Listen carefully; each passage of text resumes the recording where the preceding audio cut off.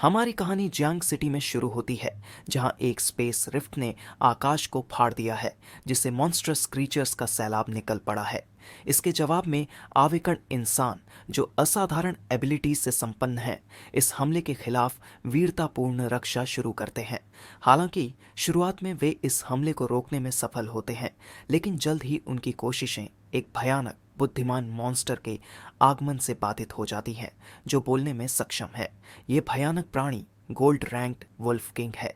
इस wolf king ने ठंडे आत्मविश्वास के साथ ये घोषणा की कि मानवता का अंत महज समय की बात है। फिर अपनी अपार गति और शक्ति का प्रदर्शन करते हुए वह आवेकण इंसानों को तेजी से समाप्त कर देता है। उन्हें अपनी तेज धारदार पंजों से काट देता है, इससे पहले कि वे प्रतिक्रिया दे सकें। जीवित बचे हुए आवेकण में से एक लड़की डरते हुए कहती है कि ये तो हायर लेवल का पोर्टल है, जिसे वह समझ जाती है कि उनकी स्थिति बेहद गंभीर है। गोल्डन रैंक्ड वुल्फ किंग उसके सामने आकर उसकी देर से हुई समझ का मजाक उड़ाता है, लेकिन इससे पहले कि वह उस पर आखिरी वार कर सके, एक उज्जवल प्रकाश उनके बीच उतरता है, जिससे वुल्फ को रक्षात्मक मुद्रा अपनाने पर मजबूर होना पड़ता है। उस प्रकाश से एक प्रभावशाली व्यक्तित्व प्रकट होता है, जो महिला को आदेश देता है कि वह बचे हुए मॉन्स्टर्स को खत्म करने में मदद करे, और उसे आश्वासन देता है कि वह वुल्फ किंग से खुद निपटेगा। अन्य आवेकण इंसान उस व्यक्ति को पहचानते हैं। वह कोई और नहीं बल्कि मिस्टर वैन युआन, एक लेजेंडरी व्यक्तित्व है, जिसकी उपस्थिति मात्र से उनके मन में आशा की किरण जग जाती है, जिससे उन्हें यह विश्वास हो जाता है कि अब विजय निश्चित है।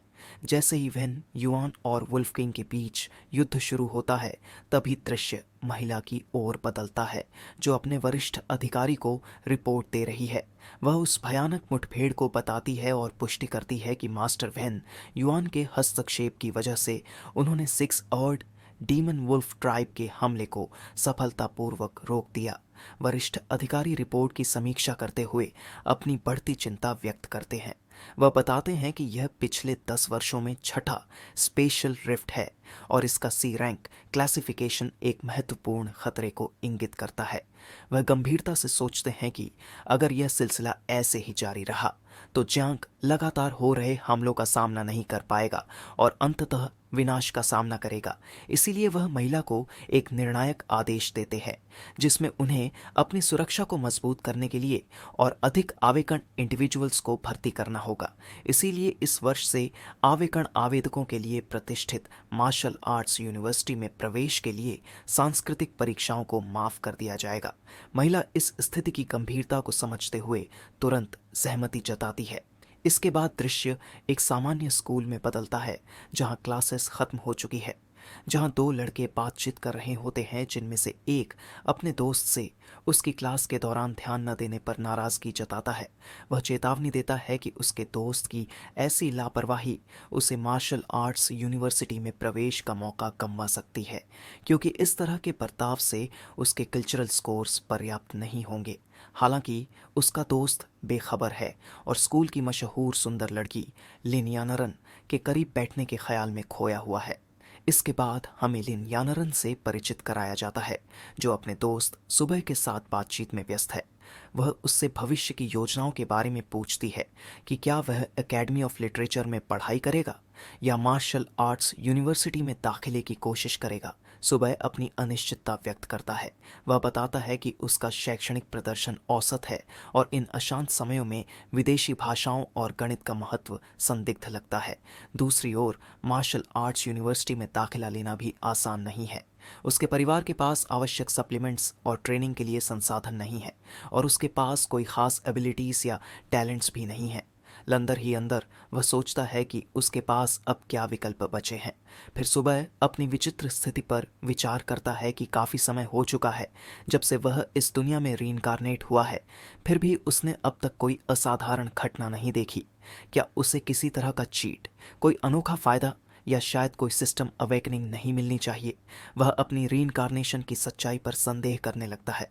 अचानक लिन यानारन की आवाज़ उसकी सोच को बाधित करती है। वह एक समाधान सुझाती है कि वह उसके साथ एकेडमी ऑफ लिटरेचर में शामिल हो जाए। साथ ही यह जोड़ती है कि उसके परिवार की संपत्ति और प्रभाव उसके लिए बिना एंट्रेंस एग्जाम्स के दाखिला सुनिश्चित कर सकते हैं। सुबह उसकी इस पेशकश से चौंक जाता है और चिल्ला पड़ता है। वैसे हिलेन यानारन उसे अपनी आवाज़ धीमी रखने के लिए कहती है। तभी अचानक उसके सामने एक सिस्टम इंटरफेस प्रकट होता है। सिस्टम स्क्रीन पर उसकी वर्तमान जानकारी दिखाई देती है, जैसे कि उसका नाम सुबह है, रैंक बिगिनर लेवल है, उम्र 18 है, कॉन्स्टिट्यूशन 4 है, एजिलिटी 5 है और स्पिरिट 5 है, और वह एक बीस्ट टेमर है। इसका कार्य है सुटेबल बीस्ट का पता लगाना और उनके साथ कॉन्ट्रैक्ट फॉर्मेशन और एवोल्यूशन को संभव बनाना। इसे पढ़कर सुबह को खुशी होती है कि उसका सिस्टम आखिरकार सक्रिय हो ही गया। साथ ही लिन यानारन की अनजान अभिव्यक्ति को देखकर वह समझ जाता है कि यह सिर्फ उसे ही दिखाई दे रहा है। सुबह की अचानक हुई चुप्पी को देखकर लिन यानारन उसका हाथ पकड़ लेती है, जिससे क्लास के अन्य लड़के नाराज हो जाते हैं। ईर्ष्या भरी फुसफुसाहटें और अपमानजनक टिप्पणियां शुरू हो जाती हैं, जिसमें सुबह पर आरोप लगाया जाता है कि वह स्कूल की कोडेस के पास होने का फायदा उठा रहा है और अब उसे छूने की हिम्मत कर रहा है। इस बीच एक विशेष रूप से उत्तेजित लड़का सुबह को सबक सिखाने के लिए कदम बढ़ाता है, लेकिन इससे पहले कि वह कुछ कर सके, उनकी शिक्षिका उसे रोक देती है। वह शिक्षिका कई छात्रों की राय में वास्तव में स्कूल की असली गॉडेस है। शिक्षिका उत्साहजनक खबर की घोषणा करती है कि जियांग मार्शल आर्ट्स एकेडमी ने एक नया फरमान जारी किया है। अब आवेकण इंडिविजुअल सीधे दाखिला ले सकते हैं, बिना कल्चरल एग्जाम्स पास किए। इसके अलावा जिन छात्रों में मार्शल आर्टिस्ट बनने की संभावना है, उनके लिए लिटरेचर एग्जाम्स का स्कोर आधा कर दिया गया है। ये खबर सुनते ही आवेकण स्टूडेंट्स के बीच खुशी की लहर दौड़ जाती है, जबकि अन्य छात्र हताशा में अपनी एबिलिटीज जल्दी आवेकन होने की उम्मीद करते हैं। फिर शिक्षिका प्रस्थान करते समय आवेकन स्टूडेंट्स को अपने कार्यालय में रजिस्ट्रेशन के लिए बुलाती है। इस बीच सुबह अपने विकल्पों पर विचार करता है, सोचते हुए कि क्या वह अपनी एबिलिटी अवेकनिंग के तुरंत बाद विश्वविद्यालय में दाखिला ले सकता है। दूसरी तरफ लिन यानारन सोचती है कि क्या सुबह वास्तव में मार्शल आर्टिस्ट बनने के रास्ते पर चलने की इच्छा रखता है। उसी दिन घर लौटते समय सुबह इस दुनिया के इतिहास पर विचार करता है। वह इस दुनिया में 17 वर्षों से है। 18 सितंबर 1906 को एक विशाल स्पेशल रिफ्ट आसमान में प्रकट हुआ, जिसने मॉन्स्टर्स की एक विनाशकारी लहर को उजागर किया, जिसने चारों ओर कोहराम मचा दिया। स्थिति इतनी गंभीर हो गई कि वैश्विक सैन्य बल इस खतरे से लड़ने के लिए एकजुट हुए और 3 कठिन महीनों के बाद एक अस्थायी विजय हासिल की। हालांकि रिफ्ट्स खुली रहीं और समय समय पर नई मॉन्स्ट्रस हॉर्ड्स को बाहर निकालती रहीं। इसके जड़ तक जाने के लिए एक साहसी मिशन के तहत एक सुइसाइड स्क्वाड को रिफ्ट में जांच के लिए भेजा गया, जहां उन्होंने रिफ्ट के परे एक विशाल और अनंत भूमि का पता लगाया जो शत्रुतापूर्ण जातियों से भरी हुई थी। इस खतरे के स्रोत पर नियंत्रित करने के लिए एक वैश्विक गठबंधन ने रिफ्ट्स के भीतर सैन्य ठिकाने स्थापित किए, जिससे मानवता के लिए एक नए युग की शुरुआत हुई। 6 मार्च 1907 को दूसरा रिफ्ट प्रकट हुआ। उसके बाद 7 मई को तीसरा और फिर चौथा व 5वां रिफ्ट। अगले सदी में रिफ्ट्स की संख्या में तेजी से वृद्धि हुई, जो पूरी दुनिया में फैल गए। प्रत्येक रिफ्ट एक अनोखे रेम से जुड़ा था, जो एक अलग मॉन्स्टर रेस का घर था। वैज्ञानिकों ने इस चल रहे संघर्ष को बैटल ऑफ द 10,000 रेसेस नाम दिया। इस इंटरडिमेंशनल इन्वेजन के साथ ही पृथ्वी की स्पिरिचुअल एनर्जी में वृद्धि हुई, जिससे मानवता के भीतर मार्शल आर्ट्स और सुपर पावर्स का अवेकनिंग हुआ। पारंपरिक हथियार मॉन्स्ट्रस ऑनस्लॉट के खिलाफ प्रभावी नहीं रहे, जिससे आवेकण इंडिविजुअल्स मानवता के प्राथमिक रक्षक बन गए। सुबह समझता है कि 10,000 रेसेस के खिलाफ युद्ध अभी भी जारी है और मार्शल आर्ट्स यूनिवर्सिटी में हाल के सुधार जियांग सिटी के सामने बढ़ते खतरे को दर्शाते हैं। हालांकि वह अपनी चिंताओं को खारिज करता है, क्योंकि अब उसके पास एक सिस्टम है जिसे वह इस अराजक दुनिया में अपने परिवार की रक्षा कर सकता है। शक्ति प्राप्त करने का सबसे तेज रास्ता मार्शल आर्ट्स एकेडमी में शामिल होना है, जहां सरकार और सेना का समर्थन मिलेगा। अपनी नई बीस्ट अमर एबिलिटी के साथ वह बिना किसी परीक्षा के दाखिला ले सकता है। सुबह एक बीस्ट शॉप पहुंचता है, हाथ में पिछले 10 वर्षों की कड़ी मेहनत से बचाए गए 2000 सिक्के लेकर। उसे उम्मीद है कि ये एक अच्छे बीस्ट कंपेनियन को खरीदने के लिए पर्याप्त होंगे। वह दुकान में प्रवेश करता है और सोचता है कि उसका सिस्टम, जिसने ऑटोमेटिक बीस्ट डिटेक्शन का वादा किया था, अभी तक प्रतिक्रिया क्यों नहीं दे रहा है। वह दुकान के उपलब्ध बीस्ट्स देखने का अनुरोध करता है। दुकान की सहायक उत्साह से अपने बीस्ट प्रस्तुत करती है। सबसे पहले एक चमकीली काली बिल्ली, जिसे आम लेकिन मूल्यवान बताया जाता है इसकी नेदरवर्ल्ड ब्लड लाइन के कारण। इसकी क्षमता सिल्वर रैंक तक पहुंचने की है और कीमत 36,000 सिक्के है। कुत्ता, जिसका संबंध 6 कान वाले दानव कुत्ते से बताया जाता है, जिसकी कीमत 33,000 सिक्के है। वह लगातार और महंगे बीस्ट्स दिखाती है जिनकी कीमत 56,000 से 90,000 सिक्कों तक है। सुबह महसूस करता है कि उसकी मामूली बचत पूरी तरह से अपर्याप्त है, इसलिए वह दुकान छोड़कर भाग जाता है, इससे पहले कि दुकानदार उसकी अनुपस्थिति को नोटिस कर सके। घर जाते समय वह गुस्से में सोचता है कि दुकानदार उसे नकली ब्लड लाइन क्लेम्स के साथ ठगने की कोशिश कर रही थी। वह अपने सिस्टम की निष्क्रियता पर भी सवाल करता है। जैसे ही वह घर पहुंचकर अपनी उपस्थिति की घोषणा करता है, सिस्टम इंटरफेस अचानक प्रकट होता है। वह राहत महसूस करता है, लेकिन यह खुशी तुरंत खत्म हो जाती है जब वह सिस्टम का संदेश पढ़ता है, जिसमें था कि सिस्टम ने उसके लिए एक उपयुक्त पालतू जानवर का पता लगाया है। एक न्यूबी गिफ्ट पैक में एक छोटा कछुआ। सिस्टम उसे टाइमिंग प्रोसेस की पुष्टि करने के लिए प्रेरित करता है। इसे सुबह अवाक रह जाता है। वह देखता है कि यह कछुआ उसके पिता का पालतू है। पास में मासूमियत से खेलते छोटे कछुए को देखते हुए वह सोचता है कि उसका पहला टेम्ड बीस्ट एक कछुआ होगा, और वह भी इतना छोटा। उसे संदेह है कि यह युद्ध में कितना उपयोगी होगा, लेकिन अंततः वह इसे स्वीकार कर लेता है, ये सोचते हुए कि उसे भविष्य में युद्ध के मैदान पर शक्तिशाली और खतरनाक बीस्ट को टेम करने के मौके मिलेंगे। फिर जैसे ही वह टेम ऑप्शन दबाता है, छोटे कछुए को एक गोल्डन एनर्जी अपने अंदर समा लेती है, और कुछ समय बाद सिस्टम इसके स्टैट्स दिखाता है। टेम बीस्ट छोटा कछुआ, जिसका लेवल साधारण है, लेकिन इसमें छोटी मात्रा में सेक्रेड रैंक के ब्लैक टार्टोइस की ब्लड लाइन है, जो इसे असीम विकास और गॉड स्लेइंग पावर की क्षमता प्रदान करती है। इसका डिफेंस 3, स्पिरिट 1 और स्पीड 1 है। साथ ही unique ability turtle shell defence है और इवोल्यूशन मेथड खाने के द्वारा बढ़ाई जा सकती है। सुबह आंकड़ों की इस समीक्षा के बाद अवाक रह जाता है। वह कछुए को उठाता है और उसकी छुपी हुई क्षमता की प्रशंसा करता है कि वह ब्लैक टार्टोइस्ट ब्लड लाइन की बदौलत दुनिया में सबसे अनमोल है, क्योंकि इसके बीस्ट ब्लड को बेचा जा सकता है, जिसकी कीमत सीधे बीस्ट लिनेज पर निर्भर करती है। उसी समय उसकी बहन सुशाव कमरे में आती है और उस पर चिल्लाती है कि वह शाओपा के साथ क्या करने की योजना बना रहा है। जवाब में सुबह कुछ कह पाता, इससे पहले ही कछुआ उसके बैग में घुस जाता है और भूख की घोषणा करता है। दोनों भाई बहन कछुए की अचानक बेतहाशा भूख देखकर हैरान हो जाते हैं, जबकि वह बैग में मौजूद सब कुछ खा जाता है। सुशाफ चिल्लाती है, इतना छोटा कछुआ इतना सब कुछ कैसे खा सकता है? उसे याद आता है कि उसे सुबह ही खिलाया गया था, जबकि सुबह फैसला करता है कि वह कछुए के लिए और खाना खोजेगा और उसकी इवोल्यूशन का निरीक्षण करेगा। आधे घंटे बाद सुबह के माता पिता घर लौटते हैं और उनके सामने उथल पुथल का दृश्य होता है। क्या हमारा घर लूटा गया है? वे अविश्वास में चीखते हैं, जबकि छोटा कछुआ अब सुशाव का पीछा कर रहा है, जो घर के बचे हुए आखिरी खाने का सामान अपने हाथों में मजबूती से पकड़े हुए है। सुबह स्थिति समझाने की कोशिश करता है, लेकिन उसके माता पिता कछुए की अविश्वसनीय गति देखकर अधिक हैरान हैं। उसके पिता सोचते हैं कि क्या यह वाकई उनका पालतू कछुआ है। शाओबा ने सचमुच घर में मौजूद हर खाने की चीज खा ली है। तब सुबह समझता है कि वह शाओबा के बॉटमलेस स्टमक की सच्चाई अपने पहले से ही आर्थिक रूप से संघर्ष कर रहे माता पिता को नहीं बता सकता, इसलिए वह जल्दी से कोई समाधान ढूंढने का सोचता है। इसी बीच शावबा, जिसने अब सुशाव का आखिरी स्नैक भी निगल लिया है, संतुष्ट होकर एक डकार लेता है।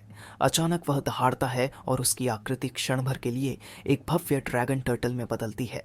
अगले दिन सुबह उस बीस्ट शॉप के बाहर खड़ा है जहां वह पहले गया था। वह पिछले दिन की घटनाओं पर विचार करता है, विशेष रूप से अपने कछुए की बढ़ी हुई भूख पर, जबकि उसकी ब्लैक टार्टोइस ब्लड लाइन अभी भी आवेकन नहीं है। दुकान में प्रवेश करते ही उसे सहायक द्वारा स्वागत किया जाता है, जो उसकी खरीदारी के इरादों के बारे में पूछती है। तब सुबह मना कर देता है और धीरे से उसे यह बताता है कि उसके पास एक अजीब बीस्ट ब्लड है, और पूछता है कि क्या दुकान इस तरह के सामान का व्यापार करती है। यह सुनकर पास बैठे दुकान के प्रबंधक ने हस्तक्षेप किया और पुष्टि की कि सुबह के पास वास्तव में बीस्ट ब्लड है। सहायक को हटाते हुए प्रबंधक ने घोषणा की कि वह खुद इस लेन देन को संभालेगा। फिर प्रबंधक ने बीस्ट ब्लड की गुणवत्ता का निरीक्षण करने का अनुरोध किया, जिसे सुबह ने तुरंत स्वीकार कर लिया। निरीक्षण के दौरान प्रबंधक चौंक गया, यह महसूस करते हुए कि यह खून असली और अत्यधिक उच्च गुणवत्ता का है। तो उसने सुबह से उसकी कीमत पूछी। सुबह यह सोचकर कि अपने कछुए से खून निकालने में ज्यादा मेहनत नहीं लगी थी, शुरू में 100 सिक्कों के बारे में सोचता है, लेकिन जब प्रबंधक ने 1000 सिक्कों की पेशकश की तो वह स्तब्ध रह गया। सुबह की हैरानी को गलत समझते हुए प्रबंधक ने माफी मांगी और अपनी पहली पेशकश वापस ले ली। इसके बाद उसने 10,000 सिक्कों का प्रस्ताव रखा, खून की असाधारण गुणवत्ता का हवाला देते हुए। सुबह की निरंतर हैरानी ने प्रबंधक को यह विश्वास दिला दिया कि वह कीमत से असंतुष्ट है, जिसके चलते उसने अंतिम प्रस्ताव के रूप में 15,000 सिक्कों की पेशकश की। अंदर ही अंदर बेहद खुश सुबह अपनी मुस्कान दबाते हुए दिखावटी अनिच्छा के साथ सौदे को स्वीकार करता है, यह टिप्पणी करते हुए कि यदि उसे पैसे की इतनी आवश्यकता न होती तो वह इतनी कम कीमत पर इसे नहीं बेचता। भुगतान प्राप्त करने के बाद उसने प्रबंधक को विदा कहा, जिसने उसे आश्वस्त किया कि यदि उसके पास फिर से उच्च गुणवत्ता वाला बीस्ट ब्लड हो तो वह अवश्य वापस आए। घर लौटते समय सुबह 15,000 सिक्कों को देखकर चकित था, जो उसने अपने छोटे कछुए के खून के लिए प्राप्त किए थे। उसने सोचा कि अब उसका पालतू खुद को संभाल सकता है, खासकर खाने की ज़रूरतों के लिए।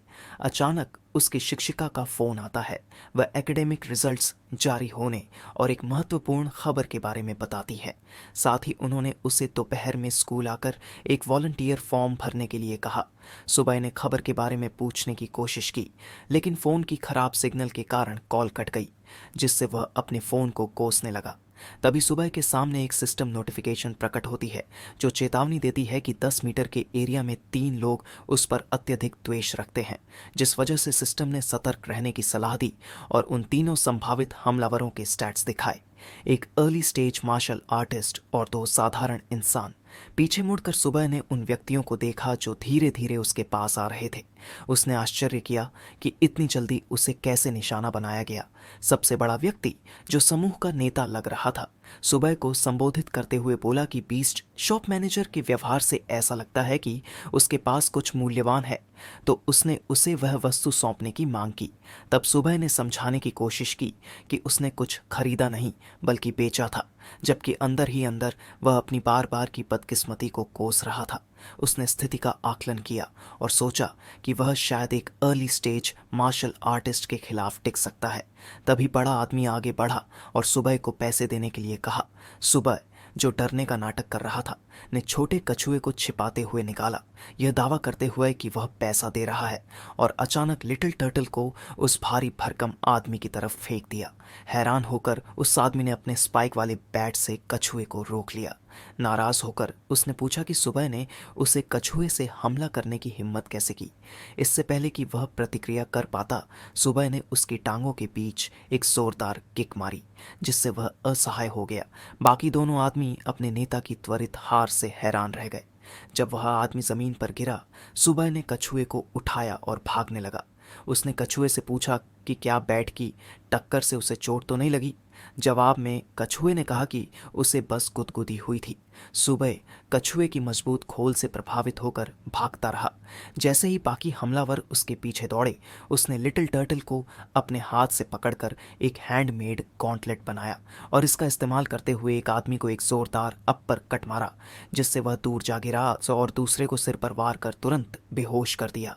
उनका नेता, जो उठने की कोशिश कर रहा था, बदला लेने की कसम खाते हुए, लेकिन उठने से पहले सुबह ने कछुए को उसके चेहरे पर फेंका, जिससे वह बेहोश हो गया और उसका सोने का दांत गिर गया। फिर तीनों बेहोश हमलावरों के ऊपर खड़े होकर सुबह ने घोषणा की कि उन्होंने खुद अपने भाग्य को बुलावा दिया था। फिर उसने देखा कि शाओबा उनमें से एक आदमी के पास कुछ जांच रहा है, लेकिन जब उसने देखा कि शाओबा एक चमकती हुई लाल दवा को खाने की कोशिश कर रहा था, तब वो जल्दी से उसे रोकने के लिए दौड़ा। सुबह ने उसके पास से वह दवा छीनी और उसे देखा। वह एक ची ब्लड पोशन थी जिसकी कीमत हजारों सिक्कों में थी। उसने महसूस किया कि शाओबा पहले ही उसका एक बड़ा हिस्सा पी चुका था, जिसे वह हरे रंग की ओरा में चमकने लगा और परेशान लग रहा था। सुबह ने चिंता जताई और सोचा कि क्या छोटा शाओबा इतनी भारी मात्रा में ची ब्लड को पचा सकता है। अचानक सुबह का अपना शरीर नीले रंग की ओरा में चमकने लगा और उसने अपने अंदर ताकत का एक सैलाब महसूस किया। सिस्टम नोटिफिकेशन फिर से प्रकट हुई जिसने उसके अपडेटेड स्टैट्स दिखाए। उसका ऑक्यूपेशन अब बीस्ट टेमर के रूप में वर्गीकृत था और उसका स्तर अब ऑर्डिनरी इंटरमीडिएट हो गया था। साथ ही सिस्टम ने संकेत दिया कि उसका स्तर उसके टेम बीस्ट के स्तर के साथ बढ़ेगा। सुबह की कॉन्स्टिट्यूशन अब 16 हो गई थी, जिसमें से 10 बेस था और 6 पॉइंट उसे शापा से मिले थे। उसकी एजिलिटी और स्पिरिट में भी वृद्धि हुई थी। इसके साथ ही उसे 2 नई टैलेंट्स प्राप्त हुए। पहला है इन्फिनिटली इवॉल्व, जिसे वह अपनी कंट्रैक्टेड बीस्ट को अनंत स्तर तक विकसित कर सकता था, बिना किसी लेवल की सीमा के, जिसे वह गॉड लेवल तक पहुंच सकता है। इसके अलावा वह अपने बीस्ट एट्रीब्यूट्स और टैलेंट्स का हिस्सा विरासत में ले सकता था, जो उसके बीस्ट के लेवल के साथ बढ़ता। दूसरा टर्टल शेल डिफेंस, ये प्रतिभा उसकी सहन शक्ति का उपयोग करके उसकी त्वचा पर सुरक्षात्मक परतें बना सकती थी। सुबह ने ची ब्लड पोशन की ताकत पर आश्चर्य व्यक्त किया, जिसने उसके स्टैट्स और नई टैलेंट्स में महत्वपूर्ण वृद्धि की थी। इसके बाद छोटे शाओबा के ऊपर एक नया सिस्टम स्क्रीन प्रकट हुआ जिसने इसके स्टैट्स दिखाए। नाम छोटा कछुआ, level ordinary intermediate, black tortoise blood line जो निष्क्रिय है लेकिन ब्रॉन्ज लेवल का हिस्सा सक्रिय हुआ था, जिससे एट्रीब्यूट्स में नाटकीय वृद्धि हुई थी। साथ ही कॉन्स्टिट्यूशन 22, डिफेंस 33, एजिलिटी और स्पीड 10 है। इसके टैलेंट्स में 2 प्रकार की टर्टल शेल डिफेंस शामिल थी। पहली 300% डिफेंस बूस्ट, पूरे शरीर को खोल में समेटने पर सक्षम, तो दूसरी 50 से 100% डिफेंस इंक्रीज, सहन शक्ति की खपत के साथ। सुबह ने देखा कि छोटे शाओबा का आकार भी बढ़ गया था। उसने याद किया कि कक्षा में बताया गया था कि हाई लेवल के साधारण पावर टाइप बीस्ट्स का कॉन्स्टिट्यूशन अधिकतम 30 तक ही होता था, जबकि इसका डिफेंस ही 38 है। इसलिए उसने सोचा कि शाओबा की पूरी शक्ति सक्रिय होने पर इसकी संभावनाएं कितनी अद्भुत हो सकती हैं। दूसरी तरफ इस शाओबा अपनी नई ताकत पर गर्व करते हुए प्रसन्न लग रहा था, तो सुबह ने उसे हल्के से थपथपाया और घर जाने का सुझाव दिया। कुछ समय बाद स्कूल में सुबह ने शैक्षणिक परिणामों के जारी होने, विश्वविद्यालय चयन प्रक्रिया और आने वाली महत्वपूर्ण खबरों के बारे में सोच ही रहा था कि उनकी शिक्षक ने घोषणा की कि अगले दिन मार्शल यूनिवर्सिटी से एक विशेष एडमिशन्स टीचर आने वाला है जो उनके लिए टैलेंट टेस्ट आयोजित करेगा। साथ ही पिछले वर्षों की तरह 2 गारंटीकृत प्रवेश स्थान उपलब्ध थे। इसलिए शिक्षक ने छात्रों को अपना सर्वश्रेष्ठ प्रदर्शन करने के लिए प्रेरित किया। इस बीच लिन यानारन सुबह से पूछता है कि क्या उसने डिसाइड कर लिया कि उसे ह्यूमैनिटी इंस्टीट्यूट में जाना है या मार्शल यूनिवर्सिटी में। जवाब में उसने मार्शल यूनिवर्सिटी कहा। लिन यानारन पूछा कि तो वह क्या उसके साथ ह्यूमन इंस्टीट्यूट में नहीं जाएगा, और आगे जोड़ती है कि मार्शल यूनिवर्सिटी में जाना उसके लिए खतरनाक है क्योंकि वह स्टूडेंट को बैटलफील्ड में भेज देते हैं। जिसके जवाब में उसे वह कह देता है कि किसी को तो फ्रंट लाइंस में जाना होगा ना। साथ ही यह भी जोड़ता है कि उसे किसी महत्वपूर्ण इंसान को प्रोटेक्ट करना है। लिन यानारन इन शब्दों को सुनकर सोचती है कि क्या वह उसके बारे में सोच रहा है। तभी शिक्षक उसे जाकर पूछते हैं कि वह कहाँ अप्लाई करना चाहती है, जिस पर वह जवाब देती है कि अभी तक उसने डिसाइड नहीं किया, तो वह थोड़ा समय मांगती है। थोड़ी देर बाद शिक्षिका सभी को बता रही होती है कि यह उनके लिए बहुत ही महत्वपूर्ण डिसीजन है, तो वह उन्हें अपना रिपोर्ट कार्ड घर लेकर जाकर अपने पेरेंट्स से पूछने के लिए कहती है। साथ में यह भी जोड़ती है कि कल उन्हें हर हालत में यह फॉर्म सबमिट करना है। जिसके बाद दृश्य लिन यानारन पर स्थानांतरित होता है, जो आराम से स्नान कर रही है। इसी बीच उसने सुबह को फ़ोन किया और मार्शल यूनिवर्सिटी में आवेदन करने के अपने निर्णय के बारे में बताया। साथ ही उसने संकोच से भरे स्वर में उसके लिए एक सरप्राइज का भी संकेत दिया। दूसरी ओर सुबह छोटे कछुए द्वारा की गई एक और गंदगी को साफ करने में व्यस्त था। उसने लिन यानरन को पुष्टि की कि वे एक ही विश्वविद्यालय में होंगे, लेकिन उसने देखा कि शाओबा उसके बैग में फिर से खाने की तलाश कर रहा था, तो उसने तुरंत बहाना बनाकर फ़ोन रखा और शाओबा को उसकी अत्यधिक खाने की आदत के लिए डांटा और गंदगी के लिए उसे जिम्मेदार ठहराया। अगले दिन स्कूल असेंबली में छात्रों को मिलिट्री मार्शल यूनिवर्सिटी के कोच जांग काय का स्वागत करने के लिए कहा गया। शिक्षक ने कोच की लंबी यात्रा पर जोर दिया और छात्रों से ध्यान देने का आग्रह किया। कोच जांग, जो इसी स्कूल के पूर्व छात्र थे और अभी के प्रिंसिपल है, ने एक चिंताजनक आंकड़ा साझा किया कि पिछले साल मार्शल यूनिवर्सिटी में दाखिल हुए 126 छात्रों में से केवल 65 छात्र अब तक जीवित रहे। उन्होंने आगे बताया कि पिछले वर्षों में भी इसी तरह की गिरावट देखी गई थी। फिर छात्रों में चिंता देखते हुए जांग काय ने स्पष्ट किया कि उनका उद्देश्य डराना नहीं है, बल्कि मार्शल यूनिवर्सिटी में पढ़ाई की गंभीरता को उजागर करना है। उन्होंने उन मिशनों, जिम्मेदारियों, खतरों और देश की रक्षा के कर्तव्यों पर जोर दिया जो उन्हें वहां इंतजार कर रहे थे। उन्होंने कहा, मार्शल यूनिवर्सिटी मजबूत व्यक्तियों को तैयार करता है।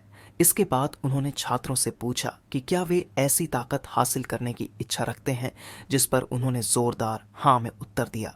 कुछ देर बाद छात्रों के बिखरने के बाद सुबह को उनके शिक्षक ने रोका और उन्होंने सुबह को सीधे मार्शल यूनिवर्सिटी में प्रवेश की खबर दी और उन्हें तुरंत प्रवेश परीक्षा की तैयारी के लिए स्कूल गेट पर जाने का निर्देश दिया। आश्चर्यचकित सुबह ने अपने दाखिले की पुष्टि की तो उसे जल्दी करने को कहा कि गेट पर उसके लिए एक वाहन पहले से तैयार था। बाकी छात्रों के बीच ईर्ष्या और अटकलें लगने लगीं कि सुबह का दाखिला कैसे हुआ। घंटों बाद मार्शल यूनिवर्सिटी पहुंचने पर छात्र वहां के भव्य परिसर को देखकर प्रभावित हुए।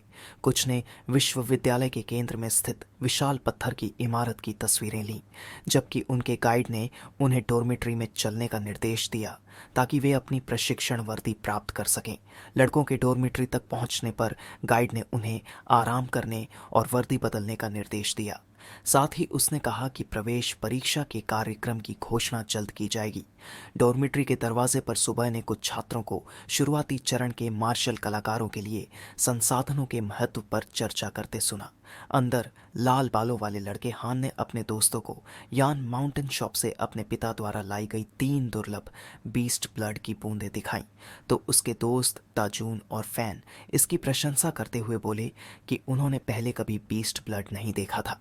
तभी सुबह ने अंदर प्रवेश किया और मुस्कुराते हुए खुद को डोर्म 303 के नए सदस्य के रूप में परिचित कराया। हान ने खुशी से प्रतिक्रिया देते हुए कहा कि अब उनका डोर्म पूरा हो गया है। ताजून ने सुबह का स्वागत किया और उसे दुर्लभ बीस्ट ब्लड को देखने के लिए प्रोत्साहित किया। इस दौरान हान ने गर्व से बताया कि उनके पिता ने ये खजाने देश भर में ढूंढे हैं। सुबह, जिसने यान माउंटेन शॉप में यह 3 बूंदें बेची थीं, यह देखकर हैरान रह गया कि हर बूंद की कीमत 30,000 सिक्के थी। तब उसे एहसास हुआ कि दुकान प्रबंधक ने उसे धोखा दिया था, क्योंकि उसने कुल 15,000 सिक्के में 3 बूंदें बेची थीं, जबकि प्रबंधक ने उन्हें 9,90,000 में बेचा था। अचानक बाहर मचे शोर ने सभी का ध्यान आकर्षित किया, जिसमें एक खूबसूरत नई छात्रा के बारे में बातें हो रही थीं। बाहर देखने पर उन्होंने एक लड़की को लड़कों के डॉर्मेट्री के पास देखा।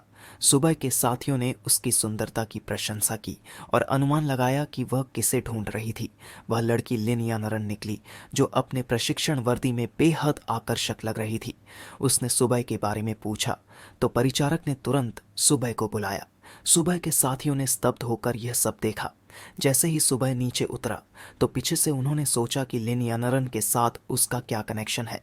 लिन यानरन ने उनकी प्रशिक्षण वर्दी में प्रशंसा की, जिससे सुबह शर्मा गया। तो दूसरी ओर डॉर्मेट्री की खिड़कियों से ईर्ष्या भरी आवाज़ें और चेतावनियां गूंजने लगीं। साथ ही सुबह की पहचान को लेकर सवाल उठने लगे, लेकिन इसे नजरअंदाज करते हुए लिन यानरन ने बताया कि उनकी सीधी भर्ती के लिए वह जिम्मेदार थीं और पूछा कि क्या वह इससे नाराज़ है। सुबह ने उसे आश्वस्त किया कि वह परेशान नहीं है और समझाया कि वह खुद प्रवेश परीक्षा देना चाहते हैं। फिर उसके सिर पर हल्के से थपकी देकर उसने मदद के लिए उसे धन्यवाद दिया, जिस पर राहत महसूस करते हुए लिन यानरन ने प्रवेश परीक्षा के बारे में बताया, जो 2 दिनों में थी, और उसे एक कल्टीवेशन पोशन दी। सुबह ने लेने से मना किया, लेकिन उसने जिद की कि वह इसे अपने पास रखे। फिर विदा लेते हुए उसने अगले दिन मिलने का वादा किया। जैसे ही सुबह लौटा, अन्य छात्रों ने उसे धमकियां दी।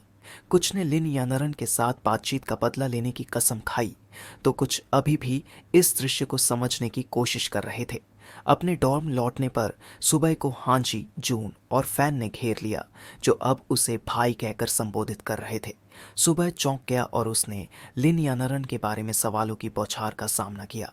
उसने समझाया कि वह उसकी हाई स्कूल की दोस्त है। तो हान ने सुझाव दिया कि सुबह को उनसे उनकी महिला मित्रों से परिचय कराने के लिए कहें। इससे पहले कि सुबह कुछ कह पाता, हान ने पूरे डोर्म के लिए जश्न की दावत का प्रस्ताव दिया, जिस पर सुबह सहमत हो गया। तो उन्होंने उसे आराम करने का सुझाव दिया और कहा कि वे व्यवस्था करेंगे। सुबह ने उन्हें विदा किया और अपना बैग खोलकर लिटिल टर्टल को ताज़ी हवा के लिए बाहर निकाला। फिर लिन यानरन द्वारा दिए गए पोषण को देखकर उसने पाया कि यह एक ब्लड एनर्जी पोषण है। तो सुबह ने अपने छोटे कछुए को उनकी नई अच्छी किस्मत के बारे में बताया। कछुए की चमकती हुई प्रतिक्रिया देखकर सुबह ने मजाक में कहा कि उसे पता है कि इसे कैसे इस्तेमाल करना है। यह सुनकर कछुआ क्षण भर के लिए चौंक गया। बाद में एक शानदार होटल में हान ने सुबह को खाने पीने का आनंद लेने के लिए प्रेरित किया और भरोसा दिलाया कि सभी खर्चे उसकी तरफ से हैं। फिर सभी ने टोस्ट के लिए गिलास उठाए और मार्शल यूनिवर्सिटी में दाखिले और नए दोस्तों के बनने की खुशी जताई। जून और फैन ने भी सहमति जताई और सुझाव दिया कि एक ही डॉर्म में रहते हुए उन्हें भाईचारे का रिश्ता बनाना चाहिए। खाने के दौरान सुबह ने हान के पहले पूछे गए सवाल का जवाब दिया। उसने बताया कि लिन यानरन उनके साथ एक ही हाई स्कूल में पढ़ती थीं, तो उसकी दोस्तों का परिचय उनसे कराना उसके लिए आसान होगा। उसने वादा किया कि वह इस बारे में लिन यानरन से बात करेगा। इसके बाद सुबह ने हान को एक खास चीज दिखाई, उसके कछुए के बीस्ट ब्लड की एक शीशी, और उसे पूछा कि क्या हान इसे बेचने में मदद कर सकता है।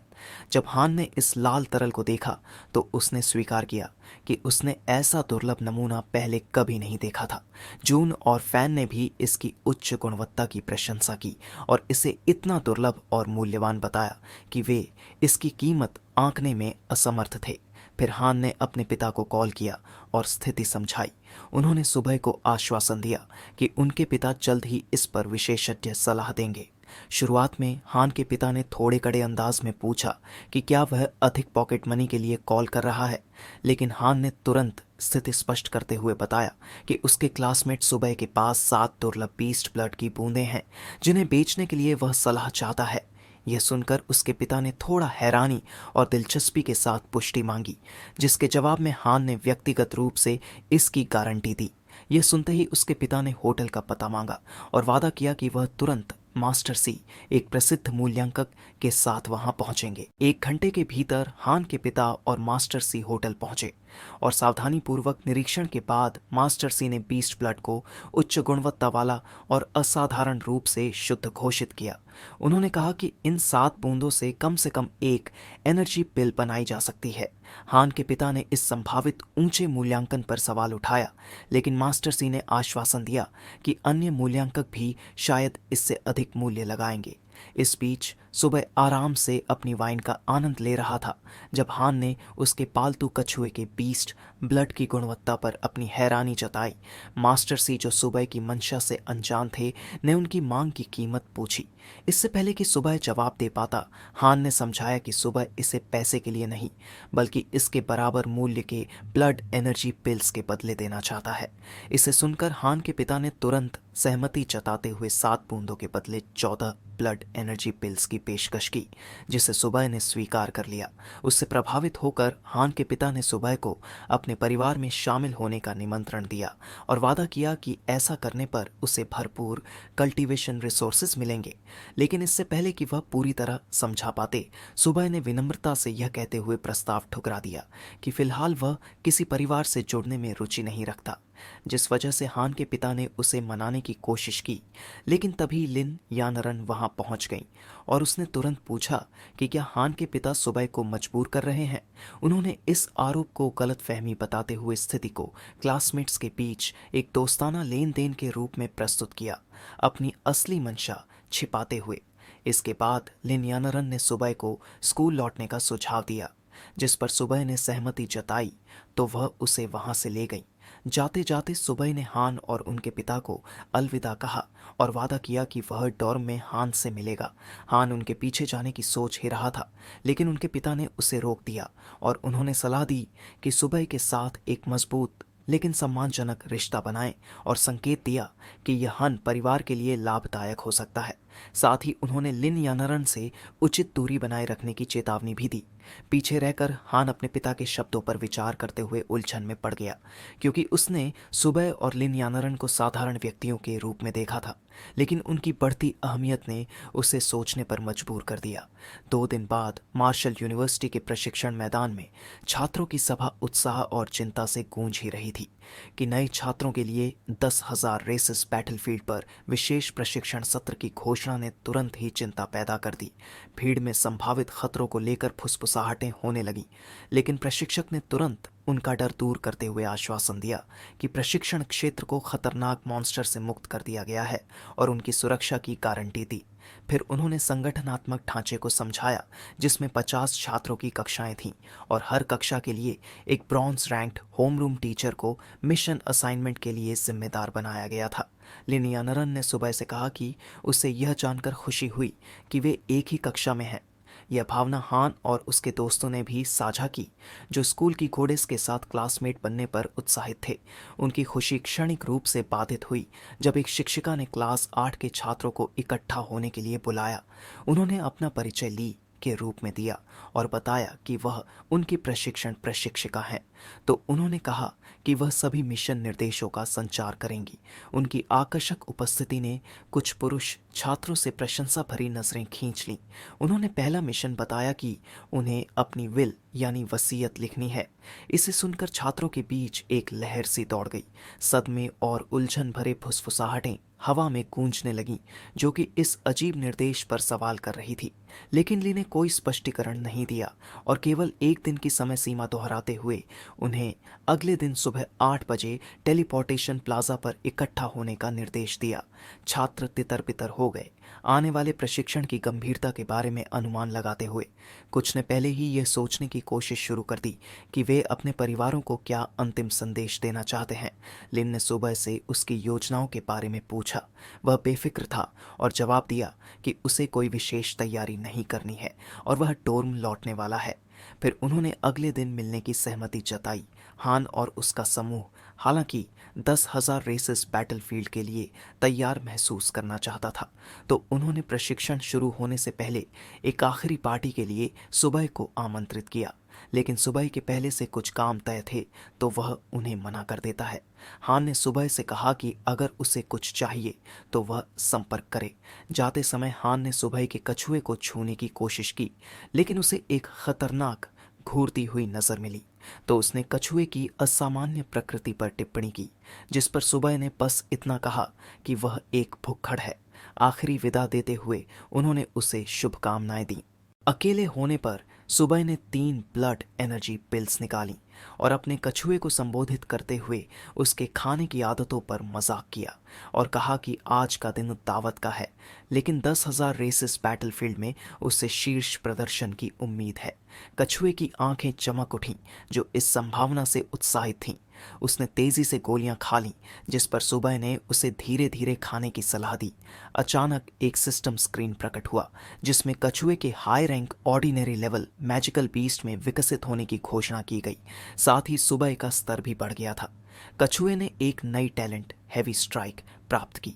एक अन्य स्क्रीन ने कछुए के अपडेटेड आंकड़े दिखाए, जिसमें उसका कॉन्स्टिट्यूशन 64, डिफेंस 78, एजिलिटी 20, स्पिरिट 20 और टैलेंट्स में टर्टल शेल डिफेंस, जो कछुए के शेल में रिट्रैक्ट होने पर 300% डिफेंस में बढ़ोतरी करेगा। टर्टल शेल फोर्टिफिकेशन, जो स्टेमिना की लागत पर 50% से 100% डिफेंस में बढ़ोतरी करेगा। हैवी स्ट्राइक, जो स्टेमिना की लागत पर 100% से 200% तक अटैक में बढ़ोतरी करेगा। फिर अंतिम स्क्रीन ने सुबह के सुधारित आंकड़े दिखाए, जिसमें उसका लेवल हाई रैंक कॉमन था। Constitution 28, agility high rank common 19, spirit 34। सुबह ने ब्लड एनर्जी पिल्स के प्रभाव और कछुए के प्रभावशाली विकास पर आश्चर्य प्रकट किया और अपने साथी की प्रशंसा की और घोषित किया कि वे 10,000 रेसेस बैटलफील्ड में अपना सर्वश्रेष्ठ देंगे। अगली सुबह सुबह और अन्य छात्र 10,000 रेसेस बैटलफील्ड के गेट पर इकट्ठा हुए। उनकी प्रशिक्षण प्रशिक्षिका ली ने मुख्य प्रशिक्षक को औपचारिक रूप से रिपोर्ट दी कि सभी छात्र पूरी तरह से जाने के लिए तैयार थे। फिर मुख्य प्रशिक्षक ने टेलीपोर्ट गेट 1 को सक्रिय करने का आदेश दिया और छात्रों को ट्रांसपोर्ट के लिए तैयार रहने के लिए कहा। हान ने विशाल टेलीपोर्टेशन संरचना को देखकर चुपचाप आश्चर्य व्यक्त किया, ये सोचते हुए कि केवल एक मार्शल आर्ट्स यूनिवर्सिटी ही इतना महंगा ढांचा स्थापित कर सकती है। इस बीच लिन, जो स्पष्ट रूप से चिंतित थी, ने सुबह को सावधानी बरतने की सलाह दी, तो सुबह ने आत्मविश्वास से उसे आश्वस्त किया कि वे अपना मिशन सुरक्षित रूप से पूरा करेंगे। जैसे ही सुबह और उसका समूह टेलीपोर्टेशन एरे में कदम रखा, तो पीछे से ली ने उन्हें अपने शरीर को आराम कर ट्रांसफर के लिए तैयार रखने के लिए कहा। दूसरी तरफ पहुंचने पर छात्रों ने एक विशाल सैन्य बेस देखा, जो उनकी अपेक्षाओं से कहीं गुना बड़ा था। यह स्पष्ट था कि सभी छात्र बिना किसी समस्या के टेलीपोर्ट हो गए थे। हालांकि कुछ छात्र चारों ओर आश्चर्य से देख रहे थे। इससे पहले कि वे अपने परिवेश को पूरी तरह से समझ पाते, ली ने सख्ती से चुप्पी का आदेश दिया। गंभीर स्वभाव में उन्होंने पास के एक अधिकारी लेफ्टिनेंट हंटर से छात्रों के व्यवहार के लिए माफी मांगी, ये बताते हुए कि वे अभी नए हैं और विश्वविद्यालय के बाहर की दुनिया से अपरिचित हैं। फिर लेफ्टिनेंट ने खुद को मिलिट्री बेस F2690 के डिप्टी लेफ्टिनेंट के रूप में पेश किया। सुबह लेफ्टिनेंट के चेहरे पर मौजूद घावों को देख समझ गया कि यह उनके वर्षों के कठिन अनुभव का प्रमाण है।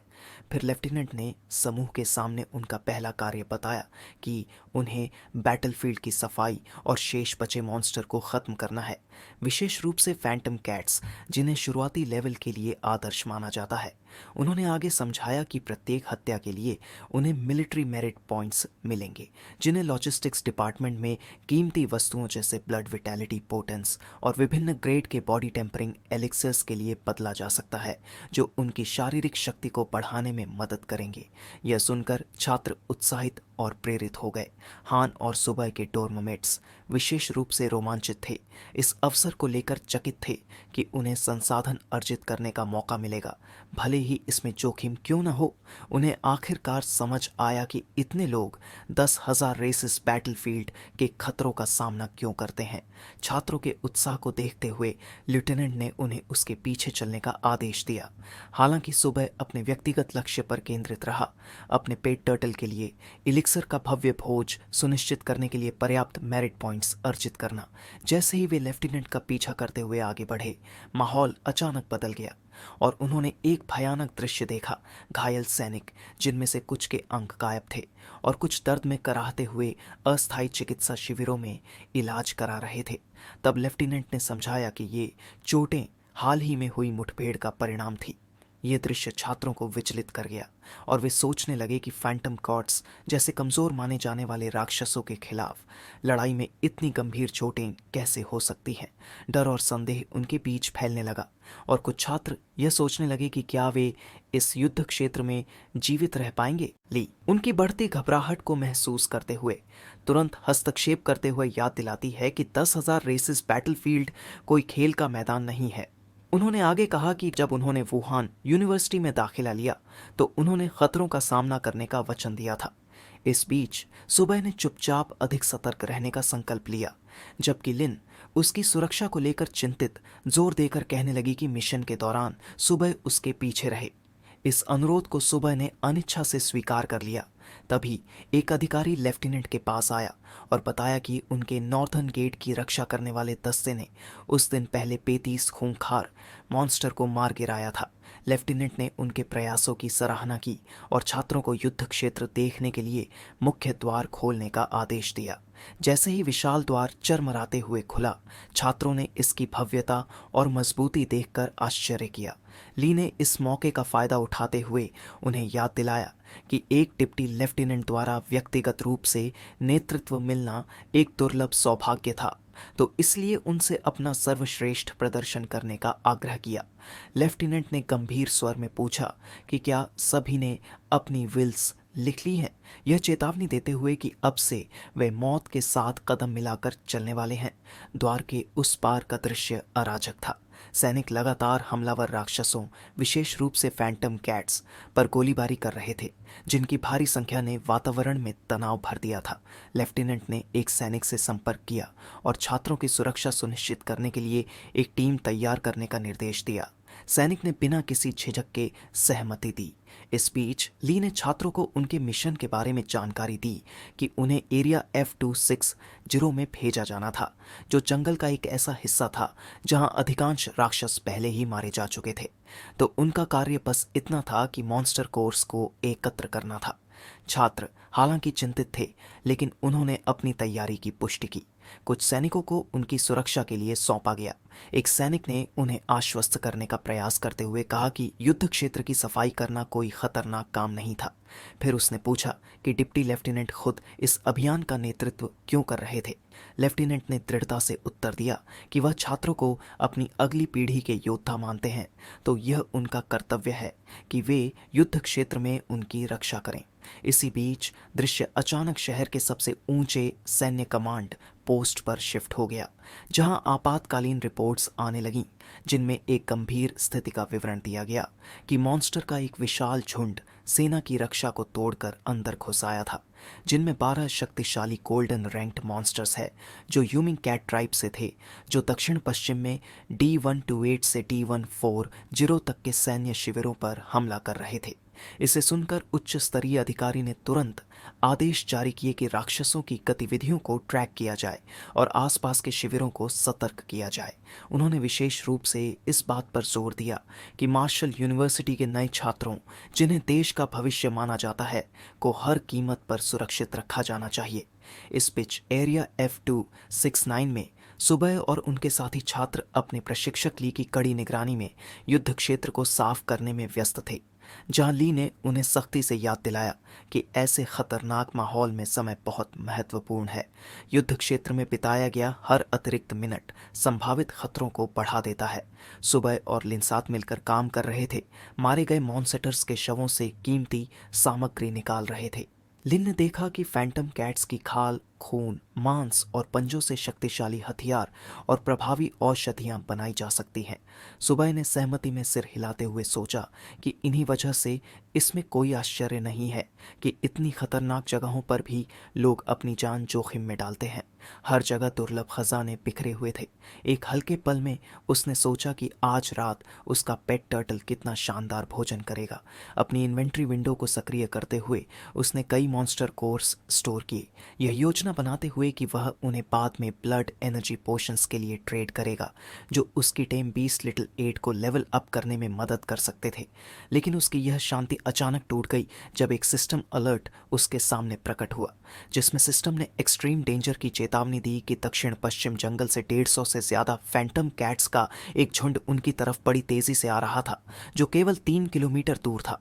उनमें से सबसे शक्तिशाली को 5 सितारा डेंजर रेटिंग दी गई थी, जो सुबह की वर्तमान शक्ति स्तर के लिए यह जानलेवा खतरा था। चेतावनी को पढ़ते ही सुबह के शरीर में झटका सा लग गया। आखिरी बार जब उसने सिस्टम अलर्ट प्राप्त किया था, वह एक नौसिखिया मार्शल आर्टिस्ट से जुड़ी मामूली समस्या थी, लेकिन यह स्थिति कहीं अधिक गंभीर थी। 5 स्टार डेंजर का अर्थ था कि उसकी मृत्यु फिक्स थी।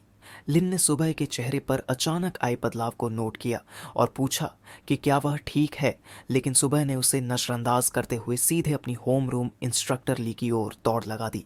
ली, जो एक पेड़ पर खड़ी निगरानी कर रही थीं, सुबह की आवाज सुनते ही नीचे कूद आईं। तब सुबह ने उन्हें बताया कि दक्षिण पश्चिम से एक बड़े राक्षसों के झुंड का उन पर हमला होने वाला है, लेकिन ली ने एक कठोर नजर डालते हुए उसे चुप करा दिया।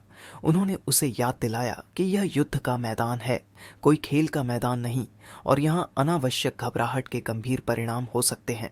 उनकी शंकालु प्रतिक्रिया ने सुबह को नाराज कर दिया, लेकिन इस पर वह कुछ बोल पाता इससे पहले डिप्टी लेफ्टिनेंट एक व्यंग्यात्मक मुस्कान के साथ पास आए और उसके के दावे पर सवाल उठाया, ये कहते हुए कि उनके स्कैन के मुताबिक 2 किलोमीटर के दायरे में कोई मॉन्स्टर नहीं दिखा। लेकिन सुबह अपने दावे पर दृढ़ रहते हुए जोर देकर कहता है कि मॉन्स्टर उनके स्कैनिंग दायरे से 3 किलोमीटर दूर है, और उसने कहा कि 100 से अधिक फैंटम कैट्स उनके क्षेत्र की ओर बढ़ रहे हैं और उनकी शत्रुता स्पष्ट है।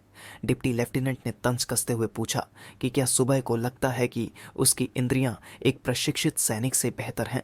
तनाव बढ़ता देख ली ने हस्तक्षेप करते हुए सुझाव दिया कि सुबह शायद अनुभवहीनता के कारण ओवर रिएक्ट कर रहा है और लेफ्टिनेंट को यह मामला यहीं छोड़ देना चाहिए। लेकिन इससे पहले कि लेफ्टिनेंट सुबह के दावे को खारिज करते, लिन ने दृढ़ स्वर में कदम आगे बढ़ाते हुए कहा कि उन्हें सुबह के शब्दों को सत्यापित करना चाहिए। उसने जोड़ा कि वह सुबह पर पूरी तरह विश्वास करती है। लिन के समर्थन से प्रेरित होकर सुबह ने समूह को बताया कि वह एक मॉन्स्टर टेमर है और उसे खतरे का असाधारण अनुभव है। तब ली ने हैरानी से पूछा कि विश्वविद्यालय के रिकॉर्ड में इस प्रतिभा का कोई जिक्र क्यों नहीं है, जिस पर सुबह ने समझाया कि उसका विश्वविद्यालय में स्थान पहले से सुनिश्चित था, इसलिए उसने औपचारिक रूप से अपनी क्षमता का पंजीकरण नहीं कराया। फिर भी संदेह करते हुए लेफ्टिनेंट ने पूछा कि अगर वह मॉन्स्टर टेमर है तो उसके पालतू बीस्ट कहाँ हैं। सुबह ने जवाब देने की कोशिश की, लेकिन तभी एक सैनिक की घबराई हुई आवाज ने माहौल को गंभीर बना दिया। सैनिक ने सुबह की चेतावनी की पुष्टि की कि ठीक उसी तरफ से एक फैंटम कैट्स का झुंड उनकी ओर बढ़ रहा था, जैसा सुबह ने वर्णन किया था। इस बार लेफ्टिनेंट ने समय बर्बाद किए बिना समूह को एक रक्षात्मक फॉर्मेशन में आने का आदेश दिया। फिर उन्होंने एक संदेशवाहक को आधार शिविर से मदद मांगने भेजा, लेकिन बुरी खबर मिली। आसपास के शिविर भी हमले की चपेट में थे और कोई मदद उपलब्ध नहीं थी। गंभीरता के साथ लेफ्टिनेंट ने एक शिकारी चाकू और छोटी बंदूक निकालते हुए स्वीकार किया कि सुबह की चेतावनी सटीक थी। ली, जो अब स्पष्ट रूप से चिंतित थीं, ने व्यक्त किया कि उनके पास छात्रों की सुरक्षा के लिए पर्याप्त हथियार नहीं है। इसे सुन लेफ्टिनेंट ने स्थिति को और भी गंभीरता से लेते हुए सुबह और लिन की सुरक्षा के लिए 4 सैनिकों को नियुक्त किया। इस पर सुबह ने जोरदार विरोध किया, यह दावा करते हुए कि उसे किसी सुरक्षा की आवश्यकता नहीं है और वह खुद लड़ सकता है। तब लिन ने एक अर्थपूर्ण नज़र से सुबह की ओर देखा, उसे याद दिलाते हुए कि उसने पहले ही उसे युद्ध भूमि पर अपने पीछे रहने का निर्देश दिया था। उसने स्थिति की पहले से ही कल्पना कर ली थी और जानती थी कि उसे सुरक्षा मिलनी ही है। जैसे ही समूह ने आने वाले हमले के लिए तैयारी की, तनाव बढ़ता गया। सबकी नजरें दक्षिण पश्चिम दिशा की ओर टिक गईं। युद्ध क्षेत्र सुन्न था और बचने की संभावना अनिश्चित। कुछ देर बाद पहली फैंटम कैट, जो शुरुआती ब्रोंज स्टेज की थी, दिखाई देती है। जैसे ही वह प्रकट होती है, अफरा तफरी मच जाती है। लेफ्टिनेंट सैनिकों को उस पर हमला करने और उसे समाप्त करने का आदेश देते हैं, लेकिन तब तक मॉन्स्टर्स की ताकत और संख्या इतनी प्रचंड थी कि सैनिकों की संरचना बिखरने लगी। इस अराजकता के बीच छात्र सोचने लगे कि इन प्राणियों को फैंटम कैट्स क्यों कहा जाता है, जबकि वे दिखने में टाइगर्स जैसे लगते हैं। लेफ्टिनेंट ने समूह को अपनी रक्षात्मक संरचना बनाए रखने का आदेश दिया, ये समझाते हुए कि उनकी बचने की सबसे अच्छी संभावना मॉन्स्टर्स के प्रारंभिक हमले को सहन करने में है। लेकिन उनके आदेश निष्प्रभावी हो गए जब फैंटम कैट्स का एक झुंड छात्रों की रक्षा के लिए बनाए गए अवरोध को तोड़कर अंदर आ गया। सुबह ने लड़ने के लिए खुद को तैयार किया, उसका संकल्प अडिग था। जैसे ही फैंटम कैट्स छात्रों के करीब आईं, अचानक एक ऊर्जा हमला उन्हें दूर फेंक देता है। यह हमला जांग मैनी, एक शुरुआती ब्रॉन्ज स्टेज की मार्शल आर्टिस्ट द्वारा किया गया था, जो अपनी धनुष और तीर की अद्वितीय निपुणता के साथ हमला कर रही थी। उसने सैनिकों को आदेश दिया कि वे मॉन्स्टर को जकड़ कर रखें, जबकि वह उन्हें निशाना बनाकर खत्म करे। उसी समय एक और शुरुआती ब्रोंज स्टेज मार्शल आर्टिस्ट लो यंकिन लड़ाई में शामिल हो गया। उसकी विशाल तलवार ने फैंटम कैट्स को आसानी से काट डाला। उसने एक आत्मविश्वास भरी मुस्कान के साथ छात्रों को आश्वस्त किया और इन प्राणियों को केवल बिल्लियों का झुंड कहकर उनकी दहशत को कम किया। यह सब ली गर्व से देख रही थी कि ये असाधारण छात्र, जिन्हें गॉडली आर्चर, जांग मिनी और द डिवाइनली पावरफुल लू या कीन के नाम से जाना जाता था, अपनी कौशल का प्रदर्शन कर रहे थे। हालांकि सुबह को अपने भीतर एक संशय का अनुभव हुआ। वह सोचने लगा कि क्या वह कभी इन छात्रों की बराबरी कर सकेगा, जब उसकी एकमात्र ताकत उसका छोटा कछुआ था। लेकिन जांग मिनी और लुओ यांकिन की लड़ाई देखने से प्रेरित होकर बाकी छात्र भी युद्ध में शामिल हो गए। उनका डर अब निश्चय में बदल गया। तभी अचानक युद्ध क्षेत्र पर एक गगनभेदी दहाड़ गूंज उठी। इस आवाज ने सभी को अपने कान ढकने पर मजबूर कर दिया। यहाँ तक कि फैंटम कैट्स ने भी अपने सिर झुका दिए, जैसे वे किसी बड़े शक्ति के अधीन हो। एक विशाल प्राणी प्रकट हुआ, एक मिडिल सिल्वर स्टेज का बीस्ट, फैंटम कैट किंग, जो अपने साथियों से कहीं ऊंचा था, अपनी प्रबल प्रभुत्व वाली ओरा बिखेर रहा था। उसकी स्टैट्स में 45 कॉन्स्टिट्यूशन, 88 एजिलिटी और 43 स्प्रिट जैसे खतरनाक आंकड़े दिख रहे थे। लेफ्टिनेंट एक मृत फैंटम कैट का शव पकड़े हुए अविश्वास से उसे देख रहे थे।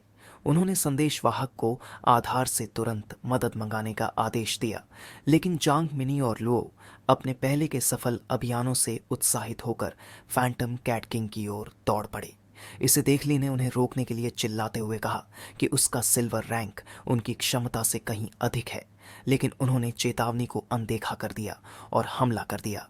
हालांकि किंग ने अपनी पंजों के एक झटके से उन्हें आसानी से दूर फेंक दिया। जैसे ही वह लुओ पर घातक वार करने के लिए झपटा, एक अप्रत्याशित हमले ने उसे हवा में ही रोक दिया और दूर उछाल दिया। वह अप्रत्याशित रक्षक लिटिल एड था, सुबह का टेम बीस्ट।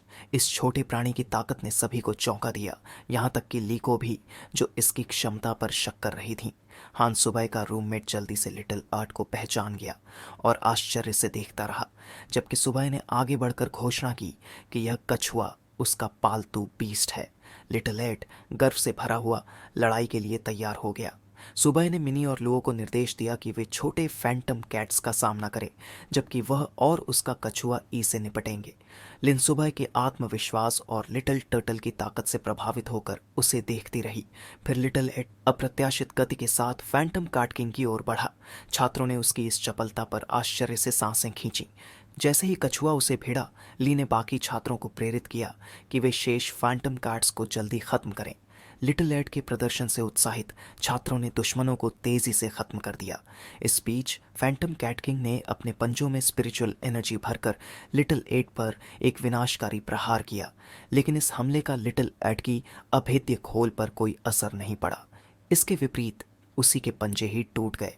इस मौके को देखकर लेफ्टिनेंट ने अपने भीतर की स्पिरिचुअल एनर्जी को बढ़ाया और उसके कमजोर पेट पर वार किया, लेकिन उसकी पूंछ ने उन्हें बीच में ही रोक दिया और वह हवा में उड़ा दिया।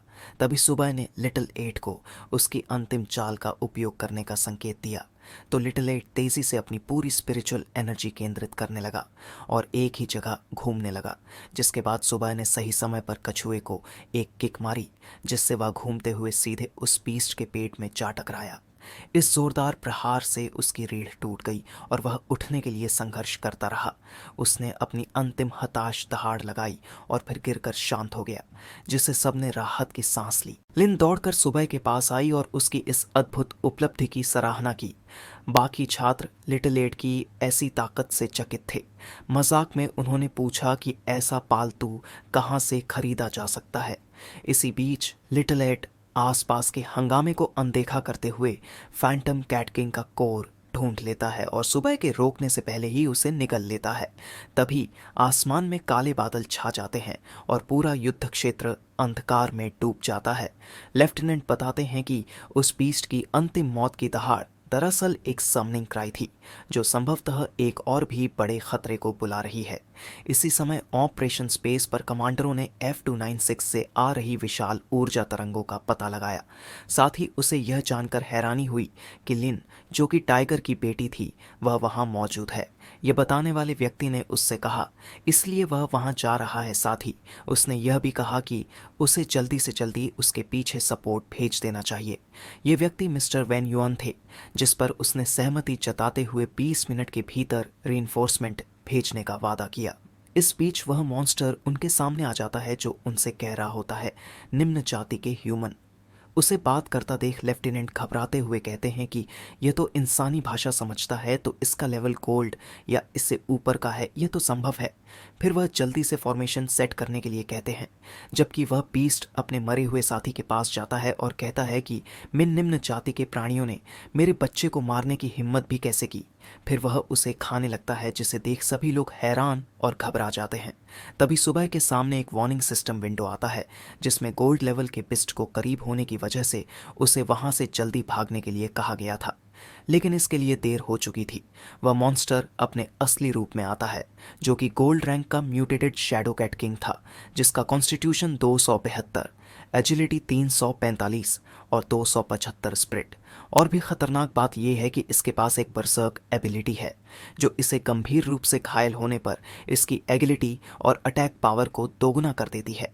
इसे देख छात्र और भी डर जाते हैं, यहाँ तक कि जांग मिनी भी पहली बार अपने प्राण जाने के डर को जाहिर करती है, और लिटिल एड जो पहले बहादुरी दिखा रहा था, अब डर के मारे सुबह की टांग से चिपक जाता है। लेफ्टिनेंट, ये जानते हुए कि मदद समय पर नहीं आ पाएगी, अकेले उस बीस्ट से लड़ने के लिए दौड़ पड़ते हैं और बाकी को पीछे हटने का आदेश देते हैं। लेकिन जैसे ही वह हमला करने की कोशिश करते हैं, उसका पंजा उन्हें जमीन से उछाल कर दूर फेंक देता है। वह आगे बढ़ लेफ्टिनेंट को खत्म करने ही वाला होता है कि सुबह लिटिल एट को लेफ्टिनेंट की रक्षा करने का आदेश देता है, जिससे कछुआ बहादुरी से अगले हमले को रोकता है। Shadow cat king little turtle की शेल की सहनशीलता से हैरान था, लेकिन वॉर का प्रभाव धीरे धीरे टर्टल पर भारी पड़ने लगा। लाल खून उसके शेल के नीचे से बहने लगा। यह देखकर डिप्यूटी लेफ्टिनेंट चिंतित हो गए, लेकिन तभी सुबह भी अचानक खून की उल्टी करने लगा, जिसने लिन को चौंका दिया। तभी ली हैरान होकर सवाल करने लगी कि सुबह घायल कैसे हो सकता है, जबकि वह सीधे हमले की चपेट में नहीं आया था। तब डेप्यूटी लेफ्टिनेंट ने एक संभावित कारण बताया कि बीस्ट टैमर टैलेंट, जिसे ओरिजिन कॉन्फ्लुएंस कहा जाता है। उसी पल सुबह के सामने एक सिस्टम स्क्रीन प्रकट हुई, जिसने लेफ्टिनेंट की शंका की पुष्टि की। सिस्टम ने चेतावनी दी कि लिटिल टर्टल की गंभीर स्थिति के कारण ओरिजिन कॉन्फ्लुएंस टैलेंट सक्रिय हो गया है, जो सुबह और लिटिल टर्टल को उनकी जीवन ऊर्जा साझा करने की अनुमति देता है, जिससे किसी भी चोट का प्रभाव दोनों के बीच बांट दिया जाता है। लिन सुबह को अपनी बाहों में सहारा देते हुए घबराकर उसकी हालत पूछने लगी, जबकि ली सुबह के शरीर पर कोई बाहरी घाव न देखकर यह मानने लगी कि उसने सच में लेजेंडरी ओरिजिन कॉन्फ्लुएंस को सक्रिय कर लिया है। इस नई समझ के साथ ली ने बचे हुए छात्रों और सैनिकों को एकजुट किया और उन्होंने समझाया कि सुबह और लिटिल एट एक दूसरे से जुड़े हुए हैं, जिसे अब सुबह अपने पालतू जानवर पर हुए हमले का प्रभाव झेल रहा है। यह सुनकर छात्रों और सैनिकों में नया जोश आ गया। उन्होंने सुबह और लिटिल एट को अकेले लड़ाई नहीं लड़ने देने का वादा किया, जबकि दूसरी तरफ शैडो कैट किंग ने उनकी घोषणाओं को सुना और व्यंग्यात्मक हंसी छोड़ते हुए उन्हें तुच्छ चींटियों के रूप में खारिज कर दिया।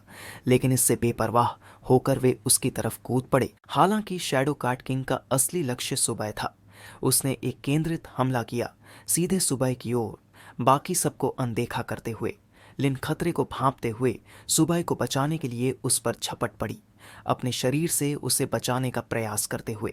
लेकिन जैसे ही हमला सुबह को लगने वाला था, एक विशाल अग्नि की दीवार उनके सामने प्रकट हुई। इसने शैडो कैट किंग के हमले को जला दिया। लिन इस अचानक बचाव के स्रोत को खोजते हुए सुबह की ओर देखने लगी। तब सुबह ने खुलासा किया कि यह शक्ति सिल्वर कैट किंग के क्रिस्टलाइज्ड एसेंस से आई थी, जिसे लिटिल एट ने पहले निगला था। यह अब पूरी तरह से अवशोषित हो चुका था, जिससे लिटिल एट में एक जबरदस्त इवोल्यूशन हुई। सिस्टम स्क्रीन ने लिटिल टर्टल के ब्रॉन्ज टीयर में उन्नति और उसके ब्लैक टार्टोइस्ट ब्लड लाइन के जागरण की पुष्टि की। यह ब्लड लाइन उसकी सभी विशेषताओं और क्षमताओं में 10% वृद्धि प्रदान करती है, जिसे उसके अभी के आंकड़े हैं फिजिक 218, डिफेंस 362, एजिलिटी 55, स्पिरिट 60। साथ ही सिस्टम ने लिटिल एट की नई क्षमताओं का खुलासा किया, जिसमें टर्टल बैरियर, जो इसे विशाल आध्यात्मिक ऊर्जा को एक रक्षात्मक दीवार में चैनल करने की अनुमति देता है, जिससे इसकी रक्षा क्षमता 300% तक बढ़ जाती है। लिटिल एट की दूसरी क्षमता टर्टल स्पिरिट पोजेशन, जो इसे आध्यात्मिक ऊर्जा में लिपटने की अनुमति देती है, जिससे इसकी आक्रमण शक्ति 100% और रक्षा क्षमता 200% तक बढ़ जाती है। तीसरी क्षमता ग्रेविटी यानी गुरुत्वाकर्षण बल को नियंत्रित करने का सामर्थ्य देती है, जिससे लिटिल एट लक्ष्य को अपनी ओर खींचने या दूर धकेलने में सक्षम होता है। लिटिल एट का भौतिक स्वरूप पूरी तरह बदल गया। उसका शरीर भले ही छोटा रहा हो, लेकिन अब वह एक शानदार गोल्डन फैंटम ऑन्द्रा में ढका हुआ था, जिसमें ड्रैगन और कछुए की आकृतियों का अद्भुत मिश्रण था। यह दृश्य देखकर सभी छात्रों में आश्चर्य और अविश्वास की लहर दौड़ गई। ली ने कहा कि सुबह का पालतू जानवर विकसित हो चुका है, जबकि डेप्यूटी लेफ्टिनेंट ने अनुमान लगाया कि यह सुनहरी ऊर्जा एपिक लेवल बीस्ट की स्थिति को दर्शाती है। सुबह खड़ा होकर लिन को अपनी अच्छी कंडीशन का आश्वासन देता है, क्योंकि लिटिल एट के विकास ने उसकी साझा चोटों को चमत्कारिक रूप से ठीक कर दिया था। फिर सुबह ने लिटिल एट को शैडो कैट किंग को खत्म करने का आदेश दिया। एट अब अपने फैंटम रूप में सशक्त ने शैडो कैट किंग को एक ही वार में पीछे धकेल दिया। डेप्यूटी लेफ्टिनेंट और अन्य सैनिकों ने लिटिल एट से निकल रही शक्ति के प्रभाव से अपने चेहरे ढक लिए। लेफ्टिनेंट ने चकित होकर कहा कि एक ब्रॉन्ज टीयर बीस्ट की इतनी ताकत अविश्वसनीय थी, तो उसने अनुमान लगाया कि उसकी ब्लड लाइन अवश्य ही अत्यधिक शक्तिशाली थी। छात्र, जो पहले लिटिल एट को मामूली समझते थे, अविश्वास में देख रहे थे कि सुबह का पालतू जानवर शैडो कार्ड किंग जैसे शक्तिशाली शत्रु को हराने में सक्षम था। क्रोध में चिल्लाते हुए शैडो कार्ड किंग ने जमीन पर अपने पंजे घिसे, अपनी गति को रोकने के लिए संघर्ष करते हुए। फिर उसने एक गगनभेदी दहाड़ के साथ सभी मनुष्यों को नष्ट करने की कसम खाई। लेफ्टिनेंट ने तुरंत छात्रों और सैनिकों को चेतावनी दी कि शैडो कैट किंग ने अपनी बर्सर्क स्किल सक्रिय कर ली थी। उसकी पीठ से कई परछाई जैसी आकृतियां निकलीं, जो फैंटम कैट्स में बदल गईं और छात्रों व सैनिकों पर एक भयंकर हमला शुरू कर दिया। स्थिति को गंभीर होते देख सुबह ने लिटिल एट को पूरी ताकत से हमला करने का आदेश दिया, तो उसने अपनी ग्रेविटी क्षमता का उपयोग करते हुए फैंटम कार्ड्स को अपनी ओर खींच लिया और उन्हें अपने फैंटम में निगल लिया। तुरंत सुबह ने लिटिल एट से आग्रह किया कि वह अपनी पूरी ताकत का उपयोग करे, जिसे सुन लिटिल एट ने आध्यात्मिक ऊर्जा का एक बवंडर खींचा। उसका मुंह एक ड्रैगन के प्रकोप की तैयारी करते हुए चमकने लगा, लेकिन आग के बजाय सुनहरी आध्यात्मिक ऊर्जा गूंज उठी और लिटिल एट ने एक गगनभेदी दहाड़ के साथ उस पर विनाशकारी हमला किया, जिसे आसपास का पूरा क्षेत्र नष्ट हो गया और ऊर्जा की लहरों ने दूर के दर्शकों को भी अपना चेहरा ढकने पर मजबूर कर दिया। शैडो कैट किंग, जो विस्फोट के केंद्र में था, पूरी तरह से नष्ट हो गया। उसी क्षण मिस्टर यून, एक उच्च रैंकिंग सैन्य अधिकारी, तबाह हुए युद्ध क्षेत्र पर पहुंचे। उन्होंने विनाश और शेष ऊर्जा तरंगों का निरीक्षण करते हुए स्थिति का जायजा लिया, और जैसे ही मिस्टर यून युद्ध क्षेत्र पर पहुंचे, उन्होंने विनाश और पृथ्वी पर बने विशाल गड्ढे का मुआयना किया, यह सोचते हुए कि क्या संघर्ष समाप्त हो चुका है। मलबे के बीच डिप्टी लेफ्टिनेंट ने बचे हुए सैनिकों को संगठित किया, जिन्होंने क्षेत्र को साफ करना और घायलों की देखभाल करना शुरू किया। उनकी गतिविधियां अराजकता के बावजूद कुशल थीं। मिस्टर यून लिन को छात्रों के बीच सही सलामत पाकर राहत महसूस करते हुए उसके सुरक्षित होने पर प्रसन्नता व्यक्त की। डिप्टी लेफ्टिनेंट ने मिस्टर यून को अपनी रिपोर्ट सौंपी, जिसमें बताया गया कि उनकी टुकड़ी विश्वविद्यालय के प्रशिक्षकों और छात्रों के संयुक्त प्रयासों से 800 से अधिक फैंटम कैट्स का सफाया कर दिया, जिसमें कई ब्रॉन्ज लेवल, एक सिल्वर लेवल और चौंकाने वाला गोल्डन लेवल बीस्ट भी शामिल था। यून लिटिल एट के हमले से बने विशाल निशान को देखते हुए एक गोल्डन रैंक मॉन्स्टर को हराने में उनकी सफलता पर हैरान थे। तब डिप्टी लेफ्टिनेंट ने स्पष्ट किया कि इस अद्भुत विजय का श्रेय मुख्य रूप से सुबह और उसके टेम्ड बीस्ट को जाता है, जिसे सुन मिस्टर यून सुबह की ओर मुड़कर और अधिक जानकारी मांगते हैं। सुबह, हमेशा की तरह विनम्र, ने यह कहते हुए प्रशंसा टाल दी कि उनकी जीत संयुक्त प्रयासों का परिणाम थी। यून सुबह की ताकत और नम्रता से प्रभावित होकर उन्हें स्नातक के बाद प्रतिष्ठित जियांग फोर्ट्रेस में पढ़ाई जारी रखने और व्यक्तिगत मार्गदर्शन का प्रस्ताव देते हैं। सुबह प्रस्ताव से स्पष्ट रूप से प्रभावित जवाब देता है कि उसे निर्णय लेने के लिए समय चाहिए। फिर मिस्टर यून ने डिप्टी लेफ्टिनेंट को बेस पर लौटने की तैयारी करने का निर्देश दिया, जिसके बाद सैन्य बेस पर दृश्य स्थानांतरित होता है, जहां छात्रों को सावधानी पूर्वक रिटर्न पोर्टल के माध्यम से पार जाने का निर्देश दिया गया।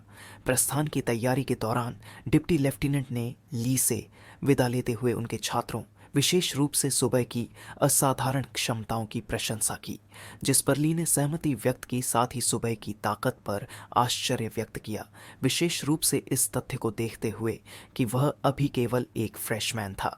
छात्र सुरक्षित रूप से पोर्टल के दूसरी ओर पहुंचे, जहां उनका स्वागत यूनिवर्सिटी के फैकल्टी और साथी छात्रों ने किया। लौटने वाले छात्र गंभीर स्थिति में थे, कुछ गंभीर रूप से घायल थे, जबकि कुछ के अंग युद्ध के दौरान खो गए थे। इन सभी अनुभवों ने उन्हें गहराई से प्रभावित किया। यूनिवर्सिटी द्वारा छात्रों को हीरो की तरह सराहा गया और उन्हें सूचित किया गया कि उनके असेसमेंट रिजल्ट इतिहास में सबसे अधिक होंगे। फिर भी युद्ध के थकान और अनुभवों के बोझ से दबे छात्रों ने केवल एक ही इच्छा व्यक्त की, अपने डॉर्मिटरी लौटने, एक गर्म स्नान करने और अच्छी नींद लेने की। डॉर्मिटरी में हान ने अपने बिस्तर की असामान्य आरामदायकता पर टिप्पणी की, जबकि उसके रूममेट्स ने इसे युद्ध क्षेत्र में उनकी उपलब्धियों का भार बताते हुए सहमति व्यक्त की। इसके बाद बातचीत मेरिट पॉइंट्स और उनके बदले मिलने वाले पुरस्कारों पर केंद्रित हो गई। तब हान ने मजाक में कहा कि एक गोल्डन रैंक बीस्ट को हराने की उपलब्धि के लिए सुबह शायद अपने पॉइंट्स से ट्रेनिंग रिसोर्सेज का पूरा स्टॉक खरीद ले। इस बीच सुबह थकावट से हार कर गहरी नींद में चला गया। उसकी शांति को थोड़े समय के लिए हान ने बाधित किया, जो अब कछुओं के प्रति एक नई दिलचस्पी रखता था। उसने सुबह से उसके अनोखे साथी के बारे में पूछा, यह कहते हुए कि वह खुद के लिए कोई डैमेड बीस्ट नहीं चाहता, बल्कि केवल एक पालतू कछुआ चाहता है। उसने आगे जोड़ा कि कछुओं की शांत प्रकृति उसे एक प्रकार की शांति देती है। इस बातचीत से बेखबर लिटिल टर्टल अपने कोने में आराम से सो रहा था और एक आकर्षक मादा कछुए से मुलाकात के सपने देख रहा था। उसी रात के शांत माहौल में सुबह और उसके रूममेट्स आराम कर रहे थे।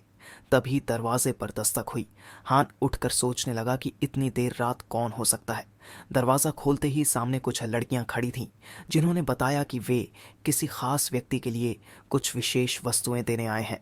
फिर दरवाजे पर खड़ी लड़कियों ने कमरे में प्रवेश किया और आश्चर्य से चारों ओर देखा। उनमें से एक ने सुबह के बिस्तर की ओर इशारा कर पूछा कि वह किसका बेड है।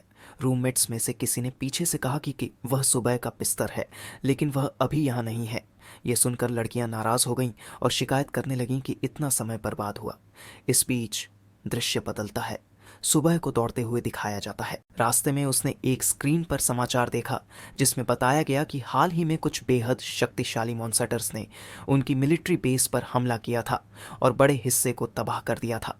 हालांकि उसी बेस पर एक व्यक्ति ने इन मॉन्स्टर्स में से एक को हरा दिया। रिपोर्ट में यह भी कहा गया कि इस लड़ाई में सुबह की यूनिवर्सिटी के कई छात्र मारे गए, लेकिन उनकी मार्शल यूनिवर्सिटी ने बहादुरी से मुकाबला किया। इसके अलावा एक ब्रॉन्ज लेवल और एक गोल्ड लेवल के राक्षस को अकेले सुबह ने हराया। यह असाधारण उपलब्धि न केवल सुबह को, बल्कि उसकी यूनिवर्सिटी को भी पहचान दिलाने वाली थी। अब कई महत्वपूर्ण लोग सुबह की ताकत और काबिलियत पर ध्यान देने लगे। इस जीत के सम्मान में कमांडर ने फैसला किया कि इन छात्रों को उनके साहस के लिए गोल्ड मेडल्स दिए जाएंगे, लेकिन इनमें से सबसे पहले सम्मानित किए जाने वाला व्यक्ति सुबह था। इस क्षण ये खुलासा होता है कि सुबह ने कई शक्तिशाली राक्षसों को हराया है। जहां यह खबर फैलती है, वहां मौजूद हर कोई आश्चर्यचकित हो जाता है और सुबह को देखकर प्रशंसा करता है। सभी छात्रों और सैनिकों को गोल्ड मेडल्स मिलने वाले हैं और यह सब सुबह की वजह से संभव हुआ। कुछ लोग इन मेडल्स को पाकर खुश हैं, लेकिन लड़कियां किसी और वजह से उत्साहित हैं। वे चाहती हैं कि सुबह उनका बॉयफ्रेंड बन जाए, लेकिन सुबह को यह पसंद नहीं आता, इसलिए वह दीवार के पीछे छिप जाता है। तभी उसे अपनी बहन का फोन आता है, जो उसे टीवी पर देखकर बहुत खुश होती है। इस बीच उसके माता पिता चाहते हैं कि वह जल्द से जल्द घर लौटे, ताकि वे उसे व्यक्तिगत रूप से बधाई दे सकें। हालांकि सुबह इस समय घर लौटने के मूड में नहीं है। हालांकि उसके माता पिता ने उसकी प्रसिद्धि का लाभ उठाकर उसके लिए रिश्ता तय करने की भी कोशिश की है, लेकिन वह इसे नज़रअंदाज करता है। उसकी बहन कहती है कि उसकी लोकप्रियता के कारण लोग उसे और उसके परिवार को पहचानने के लिए उत्सुक हैं। अब अकेले रहना सुरक्षित नहीं है। सुबह कहता है कि वह कुछ दिनों में घर लौटेगा। 2 दिन बाद जब वह घर लौटता है तो यह देखकर चौंक जाता है कि सभी लोग उसका इंतजार कर रहे हैं। सब खुश और संतुष्ट हैं कि सुबह वापस आ गया है। उसके कुछ रिश्तेदार उससे बातें करते हैं और उसकी बहन उसे नए जीवन के लिए धन्यवाद देती है। लेकिन तभी कुछ रिश्तेदार उसे अपने घर खाने पर बुलाने लगते हैं। एक व्यक्ति सुबह को अपने घर ग्रिल्ड कछुआ खाने का निमंत्रण देता है। इससे बचने के लिए सुबह के पिता सबको समझाते हैं कि वह बाद में उनके घर आएंगे। बातचीत अब सुबह के लिए रिश्ते तय करने की ओर मुड़ जाती है। यह देखकर सुबह थोड़ा खुश होता है, लेकिन सोचता है कि काश वह रात में घर आता। उसकी बहन कहती है कि इससे कोई फर्क नहीं पड़ता क्योंकि उनकी बुआ ने पहले ही घर में कैमरे लगवा दिए थे। अब जब वह घर आ गया है तो वह आराम करने की कोशिश करता है। तभी उसके पिता उसके लिए एक शानदार भोजन बनाने की योजना बनाते हैं, लेकिन जैसे ही सुबह आराम करने के लिए बैठता है, सिस्टम स्क्रीन प्रकट होती है। यह स्क्रीन बताती है कि उसने एक शक्तिशाली बीस्ट का पता लगाया है जिसे वह अपने साथी के रूप में टेम कर सकता है। ध्यान से देखने पर वह पाता है कि यह प्राणी एक बिल्ली का बच्चा है। जब वह इसे देख रहा था, उसकी बहन वहां आई। उसने उससे पूछा कि क्या घर में कोई बिल्ली थी। उसकी बहन ने बताया कि उसने एक छोटे से बिल्ली के बच्चे को सड़क पर अकेला पाया था और उसे अपने पास रख लिया। जब सुबह ने बिल्ली के आंकड़े देखे तो पाया कि उसमें एक असाधारण प्रतिभा थी। वह अपने मास्टर की हमले की गति को 100% तक बढ़ा सकती थी और हमले की शक्ति भी 100% तक बढ़ा सकती थी। साथ ही इसमें छोटी मात्रा में व्हाइट टाइगर की ब्लड लाइन भी थी, जो कि सेक्रेड लेवल का बीस्ट था। इसलिए उसने ठान लिया कि वह इसे अपना टेम बीस्ट बनाएगा। लेकिन उसके सामने एक बड़ी मुसीबत थी, वह थी उसकी बहन। उसने बड़े ही प्यार से अपनी बहन से उसे टेम करने का पूछा तो उसकी बहन ने सीधे मना कर दिया, लेकिन फिर भी वह नहीं माना और उसे मनाने लगा। उसने उसे नया लैपटॉप देने का भी वादा किया, लेकिन वह नहीं मानी और उसे दूर भागने लगी। अगले दिन सुबह यूनिवर्सिटी में चला आया, जहां 2 लड़कियों ने उसे दिखा और कहा कि क्या वह सच में सुबह है, लेकिन उसके बैग में यह छोटी बिल्ली क्या कर रही है। सुबह के बैग में लिटिल एट अपने नए साथी से कहता है कि यह उनके बॉस का स्कूल है जहां वह उसकी रक्षा करेगा। जवाब में बिल्ली से कहती है कि तुम मेरी भी जगह ले रहे हो, जबकि उसके आसपास के लोग उसकी ही बातें कर रहे होते हैं। इसे परेशान होकर सोचता है कि कल से मास्क लेकर आना पड़ेगा। तभी अचानक स्पीकर से अनाउंसमेंट होती है कि सुबह को प्रिंसिपल ऑफिस में तुरंत रिपोर्ट करना है। जिसे सुन वह सोचता है कि प्रिंसिपल मुझसे क्या चाहते होंगे।